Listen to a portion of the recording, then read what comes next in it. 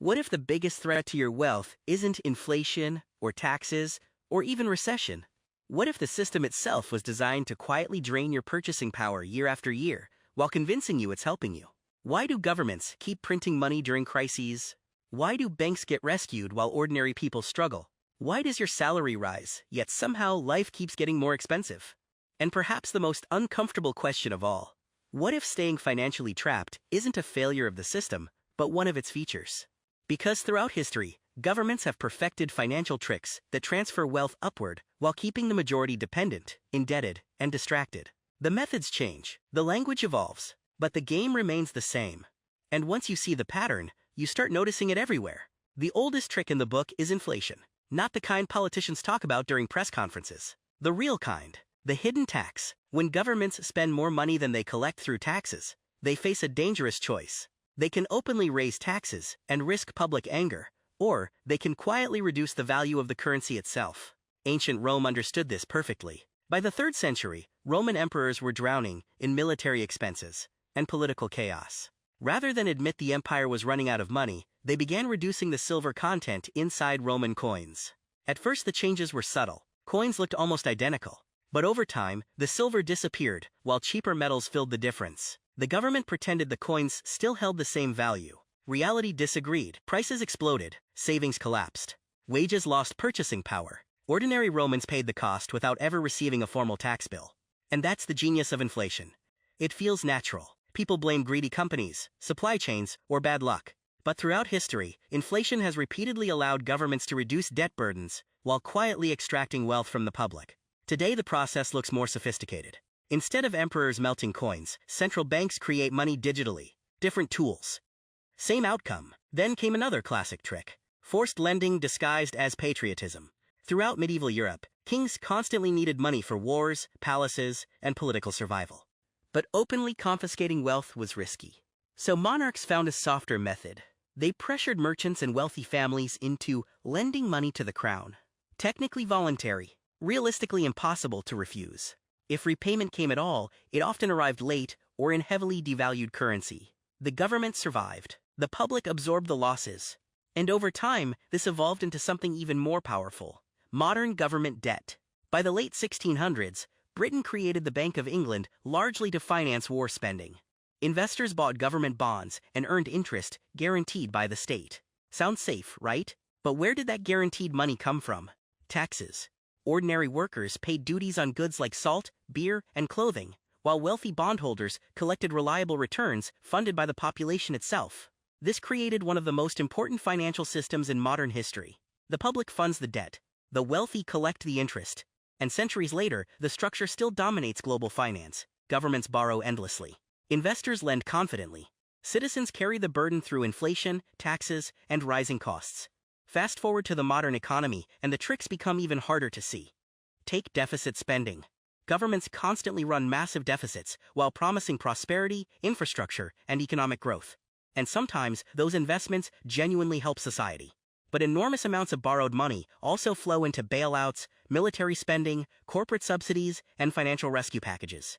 The public hears words like stimulus. The financial system hears opportunity. Because government debt creates enormous profits for banks, investors, and institutions holding those bonds. And when the bill eventually arrives, governments rarely cut spending at the top. Instead, they inflate currencies, reduce benefits, or raise costs for ordinary citizens. The debt appears collective, the rewards remain concentrated. Then came 2008, one of the clearest examples of modern financial manipulation in history. Banks spent years making reckless bets on toxic mortgages and risky financial products. When the system finally cracked, panic spread across the globe. Millions lost homes. Jobs disappeared. Retirement savings evaporated. But something remarkable happened. The institutions responsible for the crisis were rescued. Governments and central banks injected trillions into the financial system to prevent collapse. Taxpayer money stabilized the banks. And afterward, many of those same institutions emerged larger and more powerful than before. The message was impossible to ignore. When ordinary people fail, they suffer the consequences. When major financial institutions fail, the public absorbs the losses. Profits remain private. Losses become socialized. And governments frame this as economic necessity. Even retirement systems often operate on financial illusions. For decades, Workers across the world have paid into pension systems, believing their contributions were being safely stored for the future. But in many cases, governments spend that money immediately. The promise is that future workers will fund future retirees, which works until demographics begin collapsing. As populations age and birth rates fall, the system becomes increasingly unstable. Suddenly governments start talking about reforms.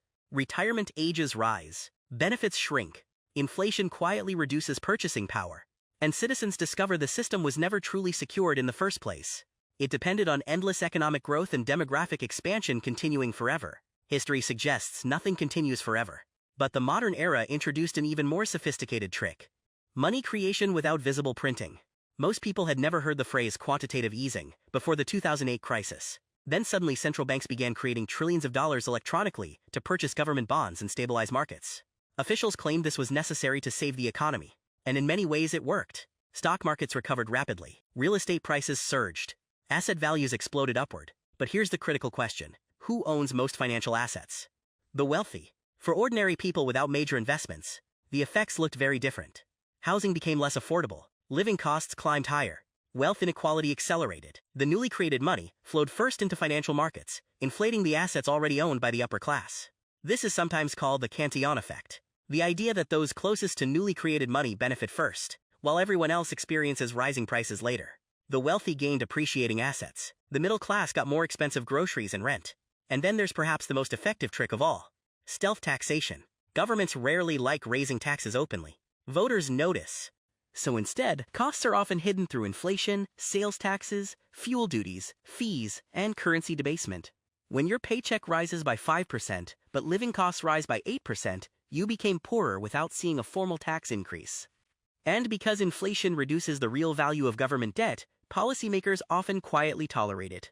For governments drowning in obligations, inflation becomes politically useful. For citizens trying to build savings, it becomes destructive. This is why so many people feel trapped today. They work harder, earn more nominal income, yet fall further behind. The system expands faster than wages can keep up. Another hidden mechanism is regulatory capture. On paper, regulations exist to protect the public, but large corporations frequently influence the very agencies meant to oversee them.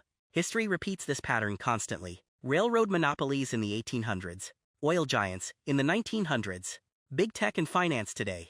The biggest players shape the rules because they have the resources, lobbyists, and political access smaller competitors lack. The public sees protection, insiders see advantage, and complexity becomes part of the strategy. Modern tax codes contain thousands of pages.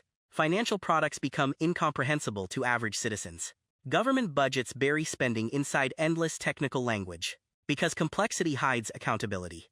If ordinary people cannot understand where money flows, they cannot challenge where money flows. War finance reveals another recurring pattern. During major wars, governments encourage citizens to support the nation by buying bonds and accepting economic sacrifice. And people genuinely believe they are helping preserve stability. But wars also generate enormous profits for defense contractors, lenders, and industries tied to state spending. Meanwhile, the debts often last generations. The wars end, the interest payments remain. This pattern existed during the World Wars. It continued through Iraq and Afghanistan. And history suggests it will continue whenever governments need public support for massive spending. Temporary emergencies often create permanent financial burdens. The deeper you study economic history, the clearer the pattern becomes. Inflation, debt expansion, bailouts, currency debasement, stealth taxation, financial complexity. Different eras, same mechanisms. And perhaps the most disturbing part is that most people never recognize the game being played. They accept inflation as normal, debt as unavoidable, bailouts as necessary. They believe the language surrounding the system without studying the incentives underneath it. And that ignorance becomes the greatest advantage governments and financial elites possess. Because financial education changes perception. Once you understand how wealth transfers occur, you begin seeing through the narratives designed to justify them. You stop confusing rising prices with prosperity. You stop assuming markets are free simply because they're called free. And you realize systems are designed first to preserve themselves, not necessarily to protect you. So what can you actually do? First, learn how money truly works. Most people spend years studying subjects they never use, while remaining financially illiterate inside systems that shape every aspect of their lives. Second, pay attention to incentives. Whenever governments announce massive spending, stimulus, or emergency measures, ask a simple question: who benefits first? Because the answer usually reveals more than the official explanation. And finally, understand this: real wealth is not numbers on a screen. Real wealth is ownership, assets, skills, productive capacity, things inflation cannot easily erase. History has shown repeatedly that currencies weaken, governments overborrow, and financial systems prioritize survival over fairness. The tricks never disappear. They simply evolve.